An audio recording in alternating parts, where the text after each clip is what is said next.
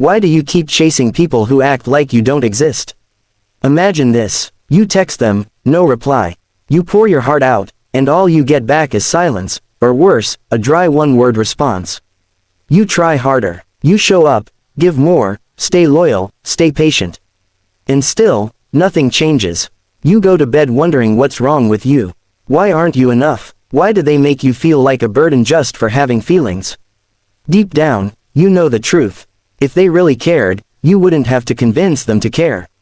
You wouldn't have to chase love like it's a prize you have to win. But still, you keep trying.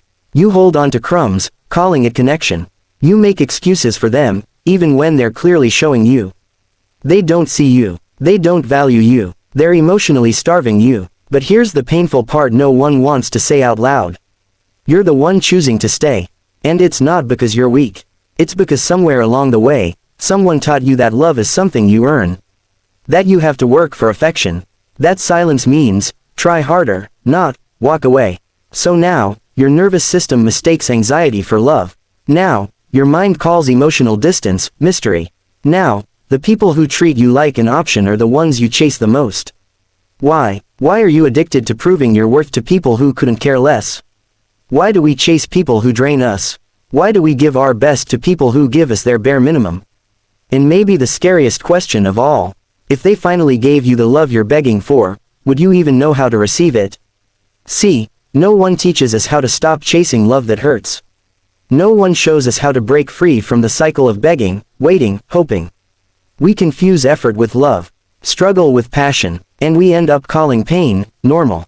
But what if the real problem isn't them ignoring you? What if the real problem is that you keep showing up for people who would never do the same for you? You keep chasing, because part of you still believes that if you can just fix yourself, they'll finally stay. But what if you're not broken? What if they're just not capable of giving what you need? And what if the only reason you haven't walked away is because deep down, you don't think you deserve more? That's the trap. The emotional starvation you feel isn't just about them. It's about something inside you that still ties your worth to their attention. And that's exactly what we're about to unpack. Because the truth is, chasing people who emotionally starve you doesn't just hurt. It rewires your brain, it messes with your heart, and it keeps you stuck in a life where you mistake survival for love. So let's break the cycle. Let's get real about why we keep doing this to ourselves. Let's face the truth about where it starts, and how to stop. Because you deserve more than half-hearted texts and lukewarm love. You deserve to be seen, to be heard, to be chosen, without having to beg for it. And once you see what's really going on underneath it all, you'll never chase someone who starves you again. You didn't wake up one day and randomly decide to chase people who don't care about you. This pattern, it was built. Slowly, quietly, over time. Most of us never even realize it's happening, until we're deep in it, wondering why we feel so empty around the people we love. So let's ask the real question. Where does this even start? For a lot of us, it goes all the way back to childhood. Maybe you had a parent who only gave you attention when you were doing something right. Maybe love felt like a reward you had to earn by staying quiet, being perfect, never causing problems. Maybe the people who were supposed to love you only did so when it was convenient for them, and your nervous system picked up on that. As a kid, you didn't think, something's wrong with them. No, you thought, something must be wrong with me. That belief doesn't just disappear when you grow up. It hides in your body. It shapes how you see yourself. And worst of all, it becomes your template for love. So now, every time someone pulls away or goes cold, that old voice kicks in again. Fix yourself and maybe they'll stay. Don't be too much. Don't need too much. Don't want too much. You learn to chase, not because it feels good, but because it feels familiar. Psychologists call this anxious attachment, when your self-worth depends on someone else's approval. But this goes deeper than a label. This is about your soul being trained to settle for breadcrumbs. You start believing that love is supposed to hurt. That confusion means passion. You stop trusting your gut, because it's been ignored for so long. And the worst part, you start craving the people who trigger your wounds, instead of the ones who could actually help you heal. Carl Jung once said, "Until you make the unconscious conscious, it will direct your life and you will call it fate." That's exactly what's happening here. You think you're choosing them, but really, it's your unhealed parts choosing for you. Your past pain is pulling the strings, quietly, behind the scenes. In society, it doesn't help. We live in a world that romanticizes struggle. Movies show toxic love stories like there's something to chase. Songs talk about begging someone to stay like it's romantic. People brag about being crazy in love, like pain is proof of passion. But let's get real. Love that drains you, confuses you, or leaves you empty isn't love. It's emotional survival, and too many of us are stuck in it without even knowing it. Now let's get philosophical for a second, because this goes beyond just psychology. Thinkers like Nietzsche and Schopenhauer believed that suffering is part of the human condition. But they also warned, if we're not aware of the source of our suffering, we'll start calling it destiny. We'll think, this is just how it is. This is what love feels like. And we'll stop reaching for more. That's the hidden trap. You don't just suffer in bad relationships. You normalize them, you adjust to them, and eventually, you build your identity around them. You become the fixer. The one who always gives. The one who's just too emotional, or too intense, or too sensitive. You shrink yourself to fit inside someone else's emotional limits. And you tell yourself, if I could just be less, maybe they'd love me more. But let me ask you something real. When did love become a performance? When did you stop asking, does this feel good? And start asking, how can I make them stay? See, this is what happens when your need for connection gets tangled up with your fear of abandonment. You start building relationships around your wounds instead of your worth. And it's not your fault, but it is your responsibility to break it. Because here's the hard truth. If you don't, you'll keep repeating the same story. Different faces, same pain. Over and over again. This isn't about blaming yourself. It's about seeing the pattern, and finally choosing to stop playing the game. You're not crazy. You're not broken. You're just stuck in a script that was never yours to begin with. But the moment you see it, everything starts to shift. Because you finally realize, you've been trying to get love from people who are emotionally unavailable. Because that's the only kind of love you were taught to understand. And if that's the case, then maybe the next chapter of your life has to start with unlearning everything you thought love was. We're about to dive into the unseen consequences, how this pattern doesn't just shape your relationships, it shapes your entire life. Let's go there. You think chasing people who don't love you back just hurts a little. But the truth is, it changes everything. It messes with how you see yourself. It rewires your brain, and worst of all, it convinces you that your pain is normal. Let's talk about what really happens when you stay in these one-sided, soul-draining connections. First, your self-worth starts to shrink. Not overnight, not loud. It fades like a slow leak, quiet but dangerous. You stop expecting consistency. You stop asking for clarity. You stop believing you're even allowed to want more. And every time you reach out and get ignored, every time you open up and get shut down, every time you forgive what should have been a deal-breaker, you teach your mind one thing. I don't matter. That belief seeps into everything. Your relationships, your work, your voice. You stop speaking up because you think your needs are a burden. You over-apologize for just existing. You doubt every decision, even when your gut is screaming at you. This is how emotional starvation works. It doesn't just hurt, it rewrites your entire nervous system. Neurologically, your brain starts to confuse inconsistency with intensity. When someone shows you a little attention after weeks of silence, it feels like a high. Like a hit of something you've been craving. You think, finally, they see me, but it's not real love. It's trauma bonding. You're not in love with them. You're addicted to the feeling of being wanted, for just a second. And addiction doesn't come from joy. It comes from pain. You chase the emotional crumbs. Because a part of you still believes that if you just try hard enough, you'll finally be enough. And that belief is killing you. Not just emotionally, but physically, too. Studies show that rejection activates the same areas of the brain as physical pain. So when someone pulls away, your body reacts like it's being hurt. Your heart races, your stomach tightens, your chest feels heavy. It's not just in your head, it's in your nervous system. Your stress hormones spike, your immune system weakens, you can't focus, you can't sleep. And all of this is happening while you're still trying to text them back and act like it's fine. Let's be real, this isn't just about a bad relationship. This is about emotional warfare. And it's not just your body that suffers. Your dreams start to die too. You stop chasing your goals because your energy is constantly tied up in chasing them. You spend hours thinking about what you did wrong, what you should say next, how to win them back. That's time you could have spent creating, building, growing, but instead, you're stuck, hoping someone who barely shows up will finally choose you. And even when they do give you attention, it's never enough, because people who emotionally starve you don't love you. They love the control. They love knowing you'll always come back. They don't feed your soul. They drain it, and somehow, you still think it's your fault. That's the cost no one talks about. Losing yourself in people who don't even see you. You forget who you were before all this pain. You forget how to trust your own voice.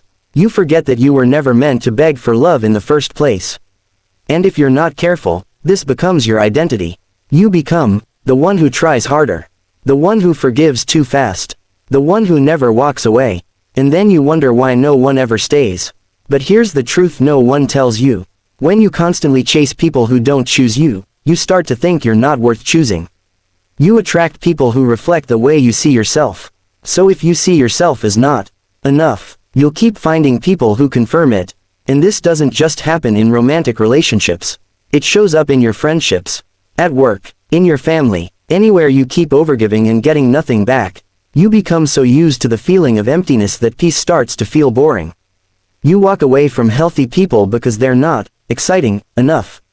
But it's not boredom you're feeling. It's unfamiliarity. Because real love doesn't trigger your trauma.